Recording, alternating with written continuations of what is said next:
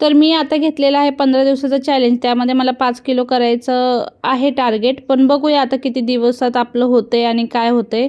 तर तुम्ही वेट बघितलंच असेल. त्यानंतर रात्रीच मी भिजवून ठेवलेलं होतं मेथी दाण्याचं पाणी आणि तेच आपल्याला गरम करून प्यायचं आहे. आणि मग म्हणलं चला आज सॅलड खाऊया, नाही तर दररोज तर मी डायरेक्ट जेवायलाच बसत असते नाश्ता समजून. आणि त्यानंतर भात फ्राय केलेला होता, थोडासाच घेतलेला आहे प्लेटमध्ये आणि त्यावर कुरमुरे टाकलेले होते. आणि त्याला हळूहळू माइंडफुल ईटिंग करायची आहे आपल्याला. फास्ट जेवायचं नाही, हळूहळू जेवायचं आहे. त्यानंतर मी ग्रीन टी बनवून ठेवलेली आहे आणि इथं आपल्याला पाणी हे पीत राहायचं आहे कंटिन्यू दिवसभरामध्ये. आणि ते 2 बॉटल तरी प्यायचे आहे आपल्याला, 3-3.5 लिटर तरी पाणी प्यायचंच आहे.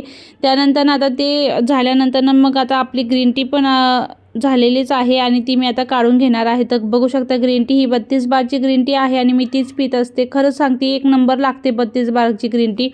तुम्ही सुद्धा एकदा नक्की बघा पिऊन, आणि अजिबात कडू लागत नाही, खूप मस्त लागते बरं का. मला तर खूप आवडते पर्सनली.